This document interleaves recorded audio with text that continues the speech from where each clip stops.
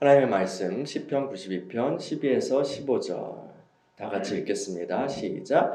의인은 종려나무같이 번성하며 레바논의 백향목같이 성장하리로다. 이는 여호와의 집에 심겼으며 우리 하나님의 뜰 안에서 번성하리로다.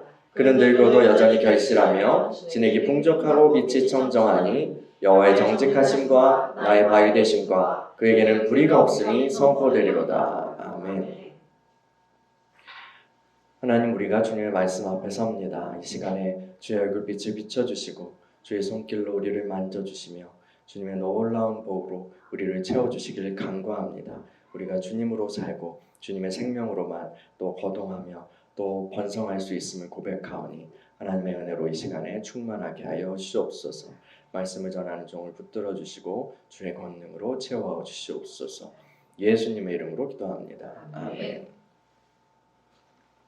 샬롬. 샬롬. 네. 유튜브 많이 보시나요? 요즘은 이제 TV보다 유튜브를 많이 보잖아요. 그렇죠?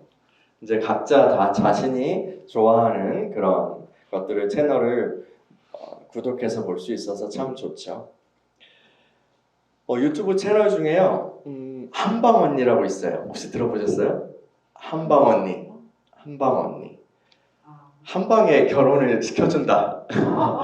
이런 느낌인 것 같아요. 이 결혼정보회사 대표인 여성분이 나와서 이제 최근에 결혼 문화에 대해서 이야기해주는 컨텐츠인데요. 뭔가 이제 요즘 세태는 이렇구나 하고 제가 들여다볼 수 있어서 그렇게 구독을 하고 있습니다.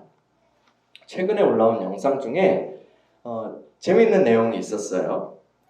그 내용이 뭐냐면 출신 배경에 따라서 남자의 그 집안이죠. 그 남자들이 출신 배경에 따라서 여성을 보는 조건에 우선순위가 다르다는 거예요. 지방에서 올라오거나 서민 이제 가정에서 자란 남성은 한 30대 정도 될 때 그 결혼 상대로서 여성의 무엇을 1순위로 볼 것 같으세요? 외모? 그 외모도 들어가는데 1순위는 아닌 것 같아요. 대체로 성격이라고 말하는 분들이 많아요. 1순위는요. 근데 이제 그 후에 외모도 있고 여러 가지 들어가죠. 그러니까 함께 가정을 이루어가려면 성격이 맞는 것이 가장 중요하다고 보는 거죠. 그냥 연애하려고 여기 결혼정보회사에 등록하는 게 아니라 결혼 상대자를 등록하는 거잖아요. 그래서 성격을 1순위로 많이 본대요. 그 다음에 이제 외모나 아니면 가정 환경 이런 것들이 언급되죠. 반면에요, 이제 우리나라에서 제일 잘 사는 지역이라고 하는 강남 쪽에 이제 강남에 사는 금수저 출신 남성들은 성격보다 먼저 따지는 조건이 있대요. 뭘까요? 그들의 1순위는 뭘까요? 자기네 기업의 이익이 되는. 비슷한데요. 그러려면 뭐가 중요하겠죠? 경제력 또 그 포함할 수 있는데 1순위는요. 네? 지혜. 우리는 역시 서민층. 그들의 1순위는 집안이라고 합니다. 네, 집안이요. 서민층도요, 집안을 보기는 봐요.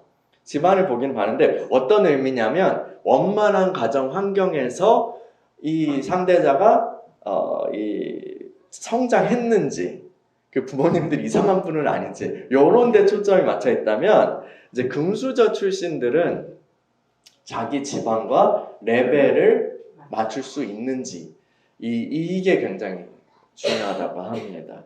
기본적으로 이분들은 가문의 재산이나 어떤 명예나 권력을 이제 유지하고 또 계승시켜서 발전시켜 나가려고 하는 그런 욕구가 크다고 할 수 있죠. 그래서 이 이야기를 듣고 와 내가 사는 세상이랑 좀 완전히 다르구나 하면서 되게 신기해했었어요.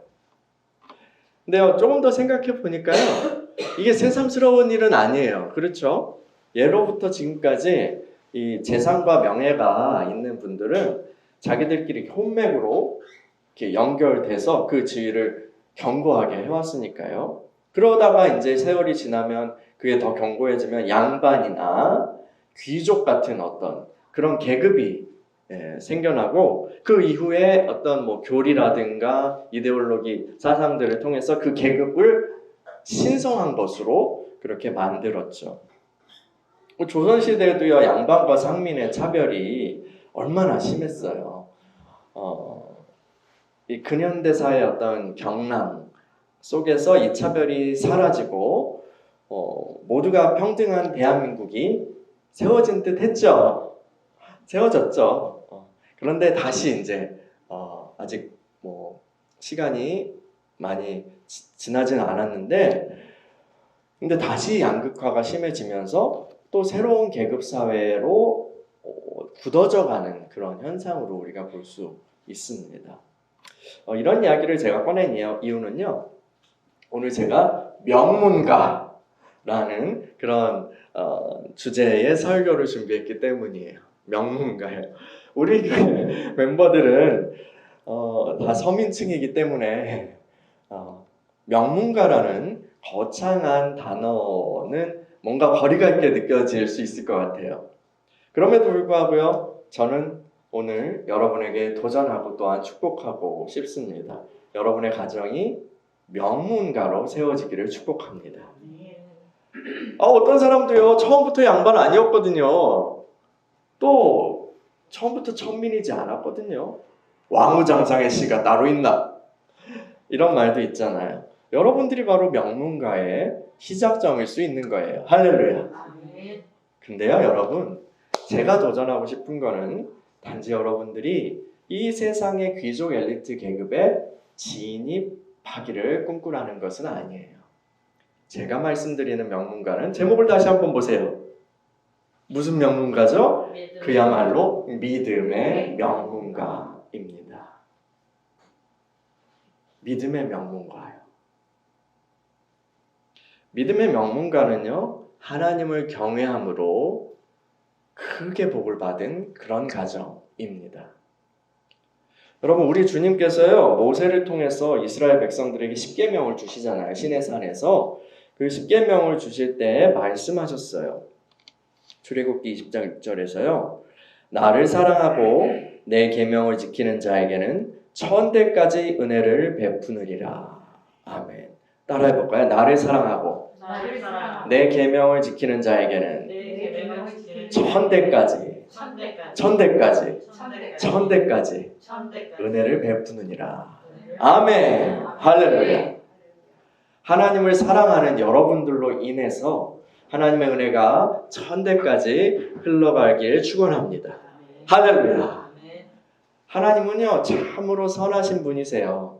그분은 복의 근원이세요. 우리 주님은 참으로 좋으신 하나님이에요. 좋으신 하나님, 좋으신 하나님, 참 좋으신 나의 하나님. 아멘. 할렐루야. 아멘. 그분이 베푸신 가장 큰 은혜는요 무엇일까요? 여러 가지 우리에게 좋으신 일을 베푸셨는데 가장 큰 은혜는 예수 그리스도를 우리에게 보내주신 일이죠. 그 예수님께서 우리 죄를 위해서 십자가에 죽으시고 사흘 만에 부활하셨어요. 그리고 이 사실을 믿는 자마다 영원한 생명을 얻고 하나님의 자녀가, 하나님의 사랑받는 자녀가 되는 특권을 얻게 되죠. 근데요, 어리석은 자들은 이것을 몰라요. 어리석은 사람들은 이것을 몰라요. 하나님이 얼마나 좋으신 분인지 몰라요. 하나님께서 베푸신 은혜가 얼마나 귀한 건지 몰라요. 우리도요, 그러한 무지 가운데서요, 그런 무지함 가운데서요, 하나님을 대적하던 사람들이었어요. 그런데요, 이제 우리는 알고 있어요. 하나님의 자비하심으로, 그분의 긍휼하심으로 우리는 그 주님을 믿게 되었어요. 그 주님을 알게 되었어요. 예수님을 믿게 되었어요. 이건 정말 놀라운 은혜예요. 나 같은 죄인 살리신 그네 놀라워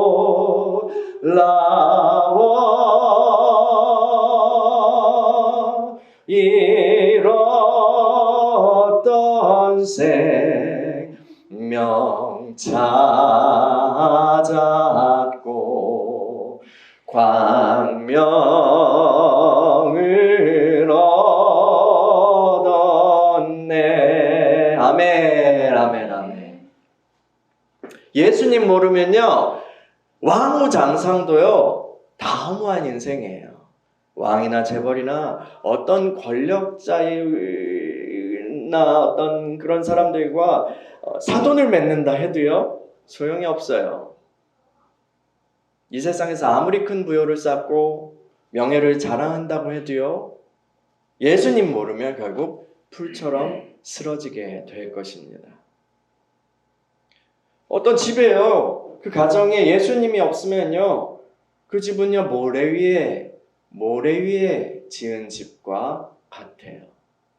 바람이 나고 파도가 밀려오면 결국 다 무너지고 아무것도 남지 않게 될 것입니다. 그러나 만세 반석이신, 우리의 든든한 반석이신 예수님 위에서 세워진 집은 영원토록 안전할 것입니다. 안전할 뿐만 아니라 주님의 복을 받아서 크게 번성하게 될 거예요. 예수 그리스도 위에 세워진 집이 바로 믿음의 명문가입니다. 오늘 우리가 읽은 시편 92편 말씀을 통해서 우리는 믿음의 명문가의 아름다운 모습을 볼 수가 있어요. 첫 번째로 믿음의 명문가는 예수 그리스도 안에서 세워집니다. 따라해 볼까요? 믿음의 명문가는 예수 그리스도 안에서 세워집니다. 시편 92편 12절을 같이 읽어볼게요. 시작. 의인은 종려나무같이 번성하며 레바논의 백향목같이 성장하리로다. 아멘. 여러분, 우리는요, 하나님 앞에 죽을 수밖에 없었던 죄인들이었어요. 예수 그리스도의 순종하심으로 인해서 우리가 그러나 의인이 되는 놀라운 은혜를 받았어요. 사도는요, 하나님이 죄를 알지도 못하신 이를, 예수님이죠, 우리를 대신하여 죄로 삼으신 것은 우리로 하여금 그 안에서, 그리스도 안에서 하나님의 의가 되게 하려 하심이라고 했어요. 그리스도 안에서 우리를 하나님의 의가 되게 하려 하심이라. 그것을 위해서 주님이 십자가를 지신 거예요. 그래서 저와 여러분은요, 그리스도 안에서 하나님의 의가 되었습니다. 할렐루야. 그리스도 안에서 저와 여러분은 의인의 복을 받게 되는 거예요. 개역개정판 성경에는요, 이 12절의 주어를 의인은 이라고 단수로 번역되어 있어요. 그렇죠? 보세요. 12절의 주어가 의인은 이렇게 되어 있잖아요. 단수로요. 그 이후에도 이제 13절 그 이후에도 주어를 단수로 표현하는데, 다른 많은 영어 성경들은요, 여기서 이 의인, 이 주어를 의인들은, 그리고 그 이후에도 그들은 그들은이라고 복수로 번역합니다. 의인은 없으되 하나도 없어요. 누가 오직 의인이죠? 예수님만 의인이에요. 예수님만 의인이세요. 그런데요, 놀랍게도 그 예수 안에서 우리로 또한 의인들로서 12절에 기록된 복을 받게 되는 거예요. 예수님 때문에, 예수님 안에서요. 의인은 종려나무같이 번성하며 레바논의 백향목같이 성장하리로다 라고 했어요. 종려나무는요, 대추야자 나무인데 열매를 엄청 많이 맺기로 유명한 나무입니다. 그리고 백향목은요, 많이 들어보셨죠? 백향목은요, 다 자라면 키가 한 30-40m 되고 둘레가 10m도 된대요. 그리고 뿌리도 굉장히 깊이 박혀 있어서 흔들리거나 결코 흔들리거나 뽑히지 않는 그런 큰 나무입니다. 예수 그리스도 안에 있는 집은요, 예수 그리스도 안에 있는 가정은 이렇게 번성하고 성장하게 될 것입니다. 의인은 종려나무같이 번성하며 레바논의 백향목같이 성장하리로다. 여러분의 가정이 이렇게 되길 축원합니다. 축원합니다. 아멘. 두 번째로요, 따라해 봅시다. 믿음의 명문가는 믿음의 명망 옮겨 심기를 통해 옮겨 심기를 세워집니다. 시편 92편 13절 읽어볼게요. 시작. 이는 여호와의 집에 심겼으며 우리 하나님의 뜰 안에서 번성하리로다. 아멘. 이 그들은 여호와의 집에 심겨졌습니다. 그들은 우리 하나님의 뜰 안에서 번성할 것입니다. 우리는 하나님을 대적하는 세상에 속해 있는 사람들이었어요. 여러분 중에서요, 가족 중에서 내가 처음으로 예수 믿었다 하는 분 계세요? 내가 1대다. 네, 1대. 1대잖아요. 할머니가 다니셨어요. 아, 조금 다니셨어? 조금 조금 다니셨어.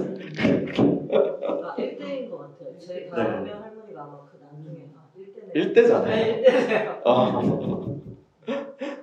또 나는 2대다. 3대다. 4대다. 그렇군요.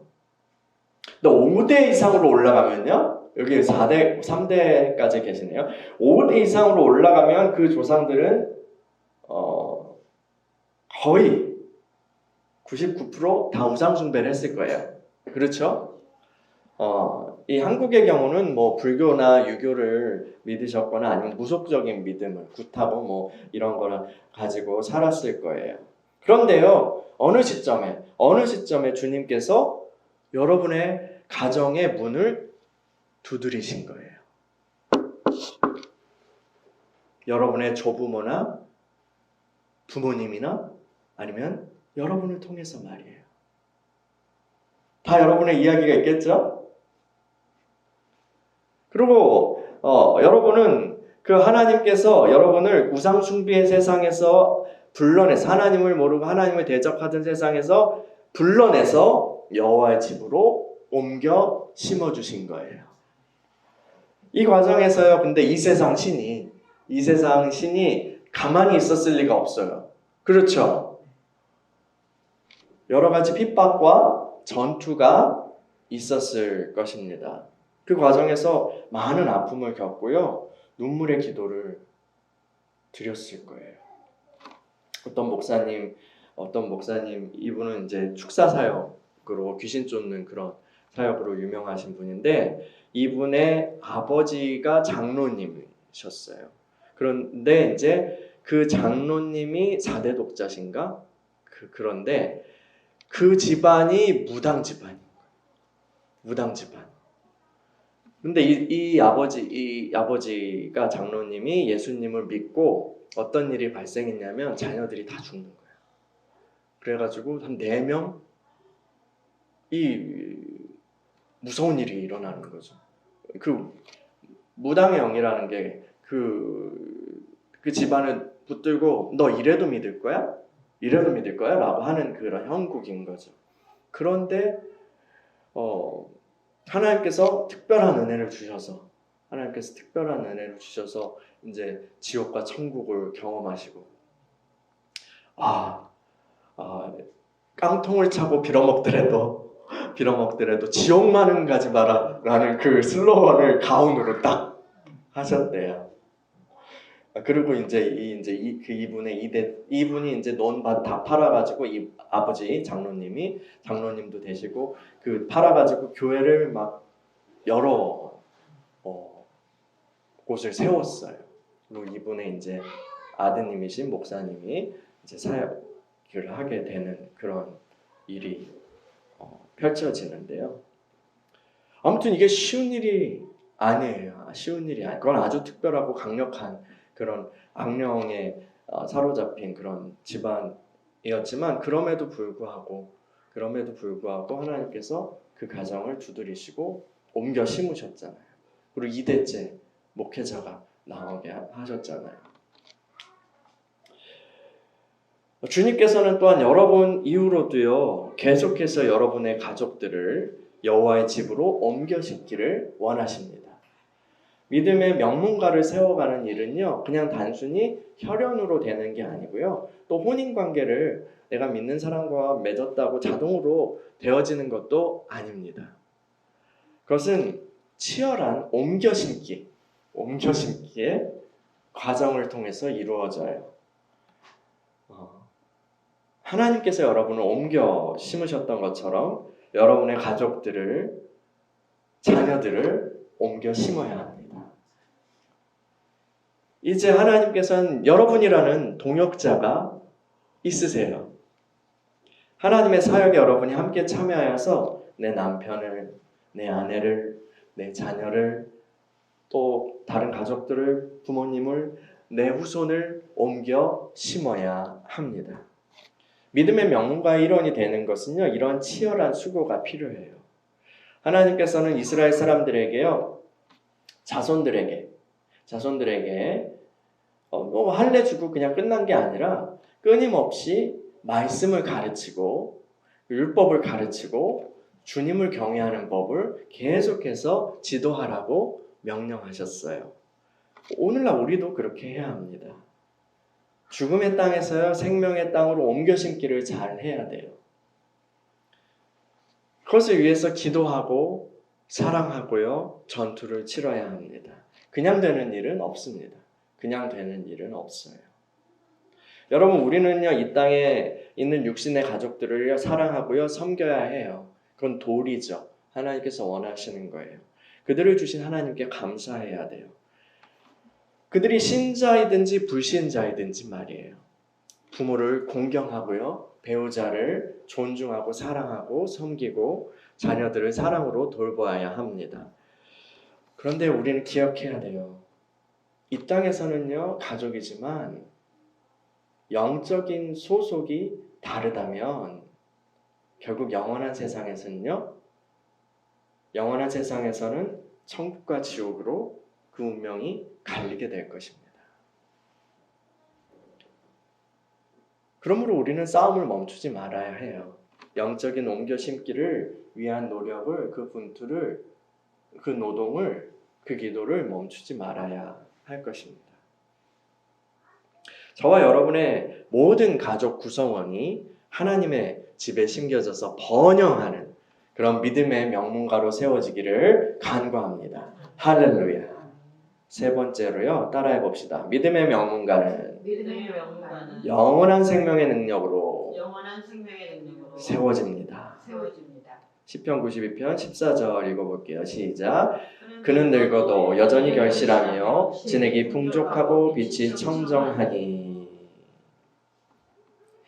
이거는 이제 그 땅에 심겨진 그 나무들, 그 식물들인데 결국은 의인들인 거죠. 네, 그들은 늙어도 여전히 결실하며 진액이 풍족하고 빛이 청정하니. 이들은 하나님의 집에 심겨져서 번성하는 자들이에요. 그들은 시냇가에 심은 나무같이 계속해서 주님으로부터 생명을 공급받아요. 그러면서 세월이 지나도 진액이 넘치고 항상 푸르른 그런 나무와 같아요. 이 구절이 보여주는 이미지가 참 아름답지 않아요? 참 아름답습니다. 이거는 영원한 생명을 누리는 자들의 이미지예요. 이 땅에서 우리의 수명은 한계가 있어요. 우리는 점점 늙어가죠. 그리고 언젠가는 육신의 죽음을 경험하게 될 것입니다. 그러나 그리스도 안에 있는 자들은 겉사람은 후패하나 속사람은 날마다 새로워져 갑니다. 저는 오늘 우리가요, 특별히 연로하신 부모님들을 위해서 기도했으면 좋겠어요. 또 한편으로 우리도 늙거든요.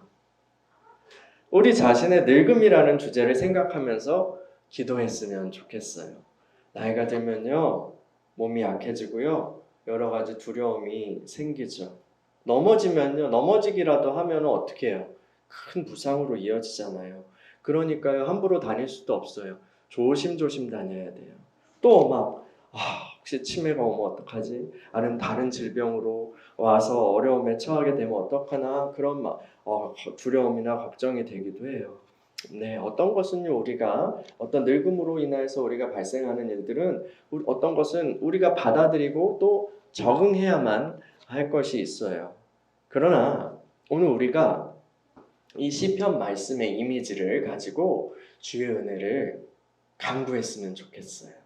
그는 늙어도 여전히 결실하며 진액이 풍족하고 빛이 청청하니. 아멘. 나이가 들어도요, 주님의 생명으로 강건하고 눈에 빛을 주시고 지혜가 흐려지지 않기를요. 우리 부모님을 위해서 또 자신의 늙음을 위해서요, 그렇게 간구합시다. 여러분, 모세가 몇 살에 죽었을까요? 모세가 120세에 죽었어요. 근데요, 그럼에도 불구하고 120세임에도 불구하고요, 그의 눈이 흐리지 아니하였고 기력이 쇠하지 아니하였다라고 성경은 기록하고 있어요. 그리고 모세가 죽기 전에 무슨 일을 했을까요? 모세가요, 물론 가나안 땅 이렇게 바라보는 그건 했지만 그 전에 죽기 전에 무슨 일을 하였을까요?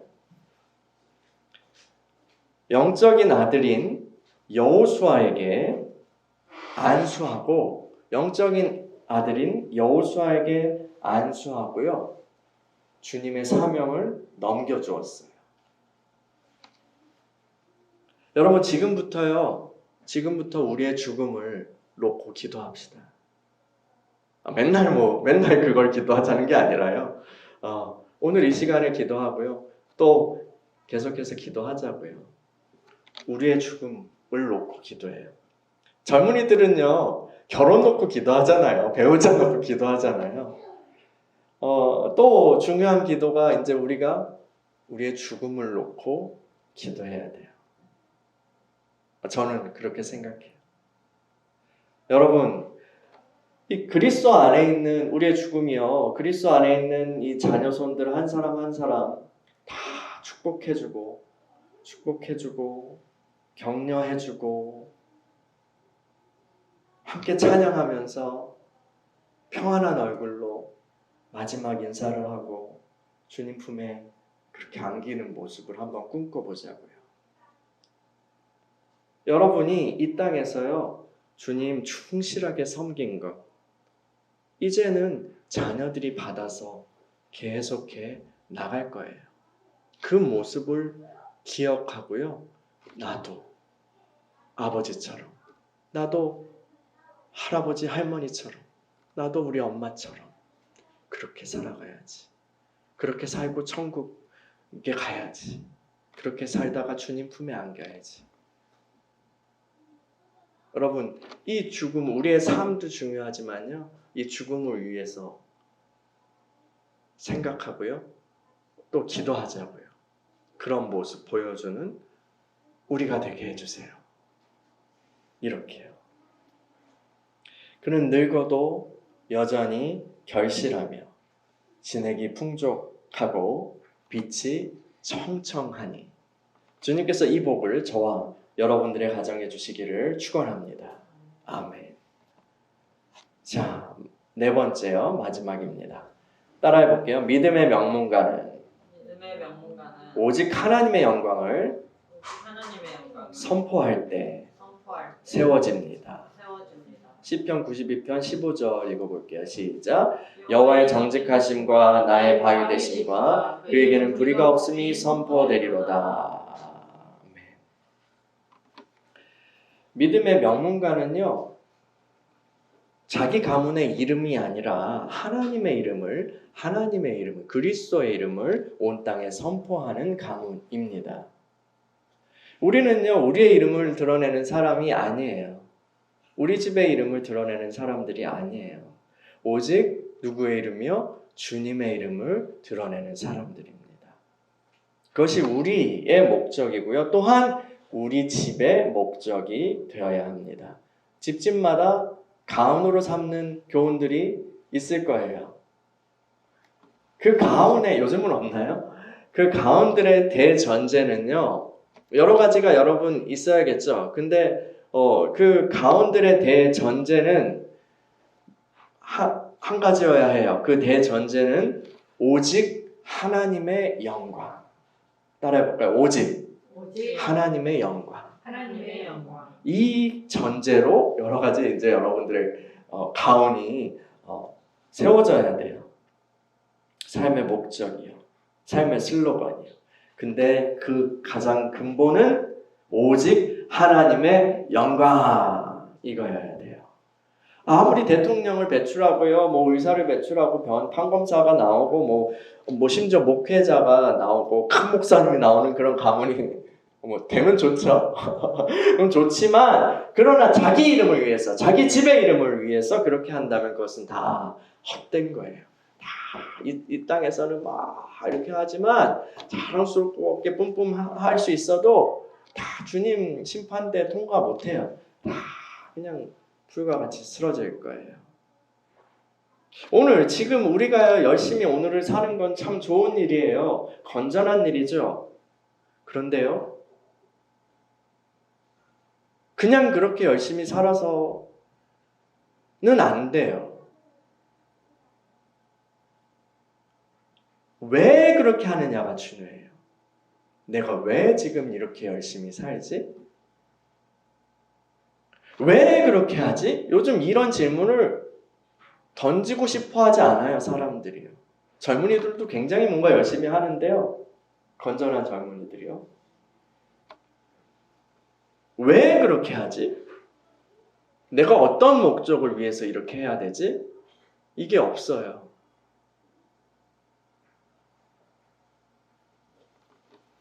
나는요, 여러분은 어떠세요? 왜 그렇게 지금 내가 이렇게 하고 있죠? 어떤 목적을 향해서 내가 가는 거죠? 작은 목적들은 있을 수 있죠. 목표들은요.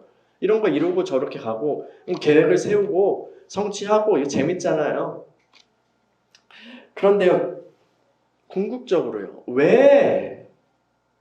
시작은 왜? 어떤 동기로? 그리고 목적은 어디를 향해서 내가 어떤 목적을 위해서 가고 있는가? 물론 흐리멍텅하게 사는 것보다 열심히 사는 게 좋죠. 그런데 세상은요, 자기 이름을 내기 위해서 열심히 살아가잖아요. 그거 다 모래성 쌓는 일이에요.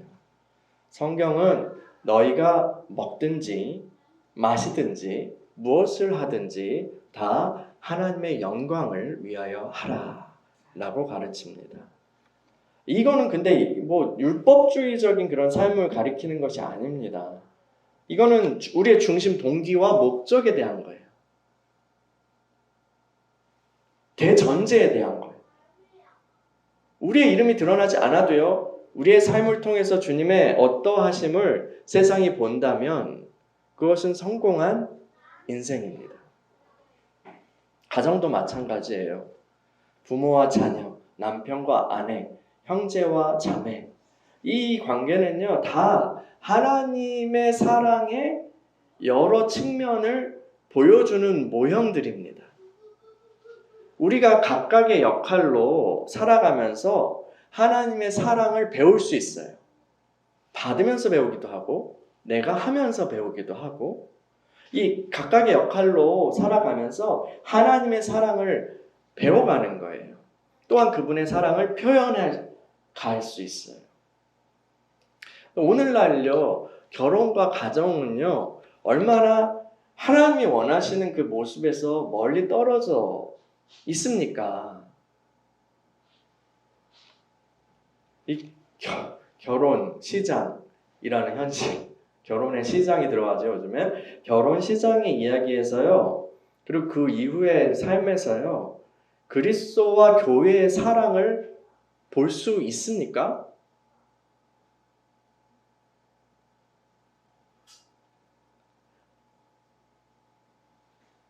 그런 이야기 하고 있는데 거기서 결혼은 그리스도와 교회의 아름다운 사랑의 그 모습을 보여주는 예표입니다. 이런 얘기 하고 있으면 알아듣겠냐고요.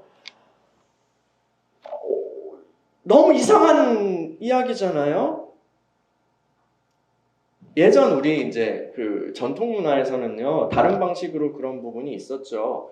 뭐 효도나 아니면 자녀 사랑이라는 것, 그런 어떤 것이 어떤 뭐 유교든지 아니면 그냥 그렇게 해야 된다라는 어떤 자연법적인 거든지 그것이 당연한 줄 알고 살았어요. 그런데요, 지금의 문화에서 보니까 어때요? 지금의 문화에서 보니까요, 그런 사랑이 자녀 사랑이든지 아니면 효도하는 거든지 이런 게 인간의 본성 자체로 가능한 것인가요? 그렇지 않아요. 인간의 본성 자체로 그런 게 가능하지 않다고요. 배워야 되고요. 또 노력해야 되는 엄마 되기도 아빠 되기도 또 효도하고 뭐 이런 것도 배워야 되고요.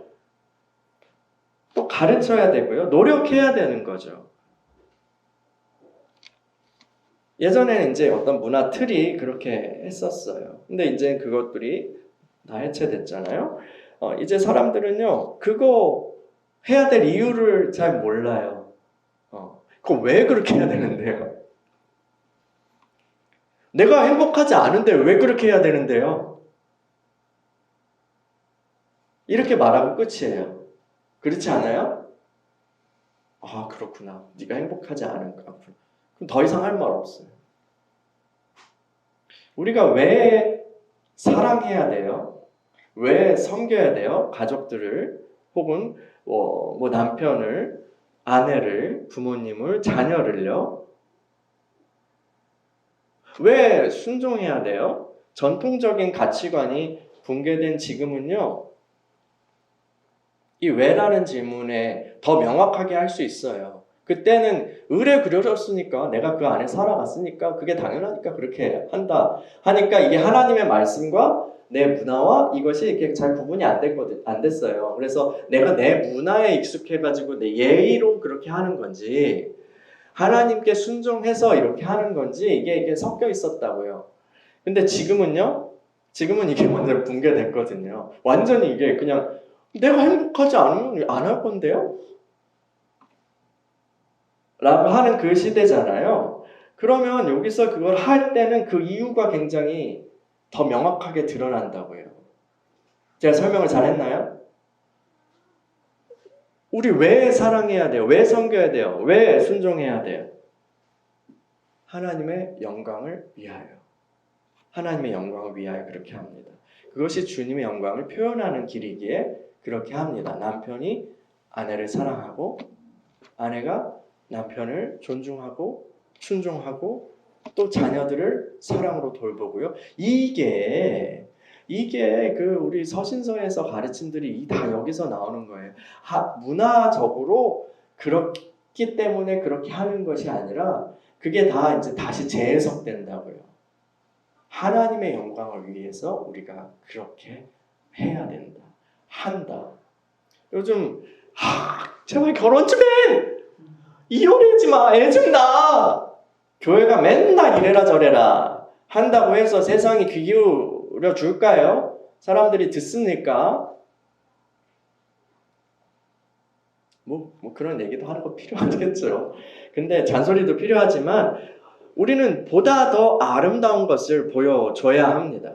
저는 그렇게 믿어요. 보다 더 아름다운 것을 보여줘야 해요. 그것은 가정을 통해서 하나님의 영광을 보여주는 거예요. 이 세상 가운데 하나님이 세우신 가정이란 이런 것이라는 것을 보여줄 수 있어야 합니다. 이것이 꼭 완벽한 어떤 형태는 아닐 수도 있어요. 왜냐하면 우리는 다 허물이 많거든요. 우리는 흠이 있는 자들이기 때문이죠.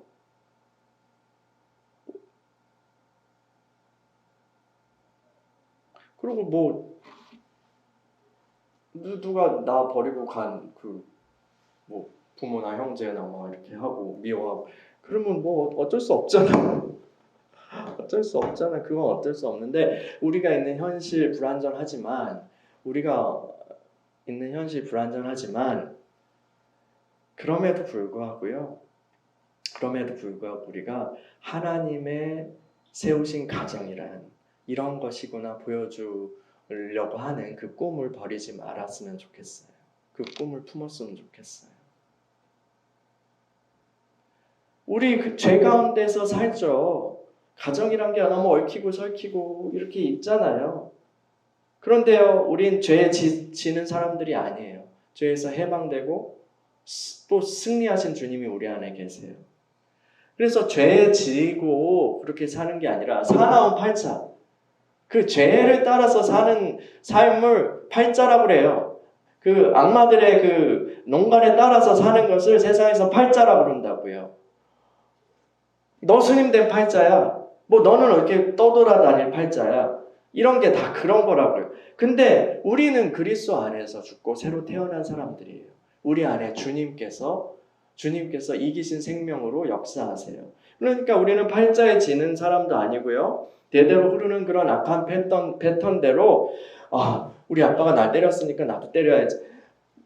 알코올 중독이 대물림되고 그렇게 살아가는 게 아니라 그 흐름을 끊고 그 흐름을 내 대해서 끊고 용서하고 사랑으로 또 신뢰로 반응하면서 살아갈 수 있는 사람들이에요. 누구 때문에요? 우리 안에 계신 주님 때문에요. 우리가 받은 은혜 때문에요. 그래서 우리를 통해서요, 이 어둠 가운데 오히려 빛이 비치게 되는 거예요. 주님께서 그 부정한 여인을 만지셨을 때 그 부정으로 주님을 오염시키지 않았잖아요. 오히려 주님의 거룩함이 그 여인을 치료했죠. 그 주님이 저와 여러분 안에 계십니다. 여러분, 우리의 가정 환경이요, 쉽지 않을 수 있어요. 쉽지 않을 수 있습니다. 그러나 반석이신 그리스도 위에서 믿음으로 순간순간을 우리가 살아갈 때에요, 그 작은 선택들이 모여서 집의 기초가 되고 기둥이 되고 견고한 집이 될 것입니다. 할렐루야. 여러분, 저와 여러분의 가정을 통해서 하나님의 정직하심과 또 그분이 우리의 바위 되심과 그분께는 불의가 없음이 선포되길 간구합니다. 오직 하나님의 영광을 위한 믿음의 그 명문가를 세워가는 저와 여러분이 되시기를 축원합니다. 할렐루야. 이 시간에 우리 특별히 우리 가정을 위해서 또 부모님과 배우자와 자녀들을 위해서 기도했으면 좋겠어요. 믿음의 명문가의 꿈을 품고 우리 가정을 축복하면서 함께 기도합시다. 같이 기도하겠습니다.